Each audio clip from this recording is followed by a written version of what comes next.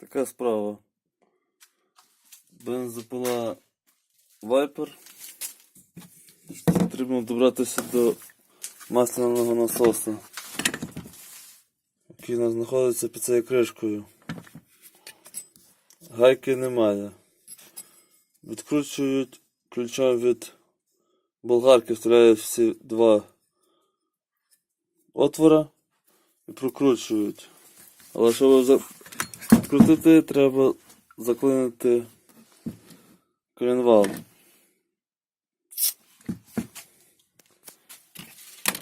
Я зняв кришку стартера.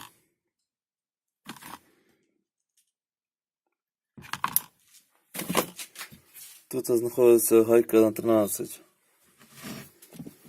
Беру трещотку з головкою на 13 і фіксирую, тримаю. Далі. Пробую відкручувати ключом від болгарки, не виходить, спригує, скользується. Моя дія така. Беру гайку, нарізаю 3 кусочечка дрота, приварюю, роблю такий сйомник.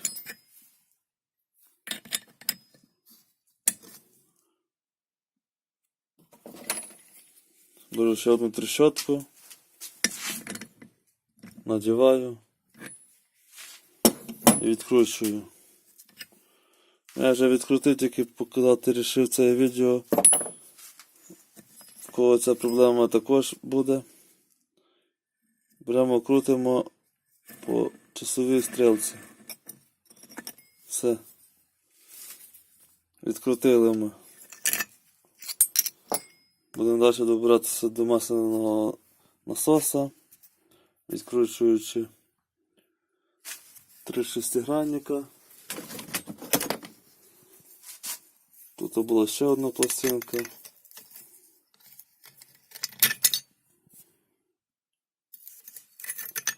Де ми бачимо тут подача масла. Чогось пропускає, будемо дивитися. Ось з допомогою таких трещоток, такого набору, дякуючи своїм друзям, які мені подарували.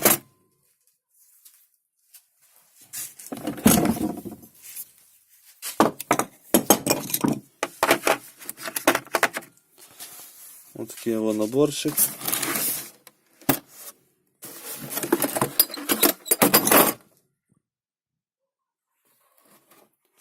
Ще раз дякую своїм друзям.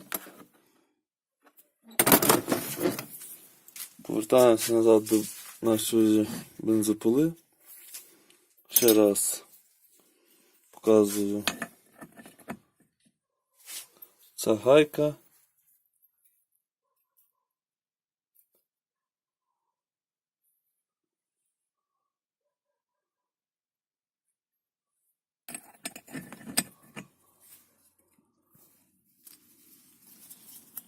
Вставляється і відкручується. Буду радий, кому це відео прийде в пользу. Пока.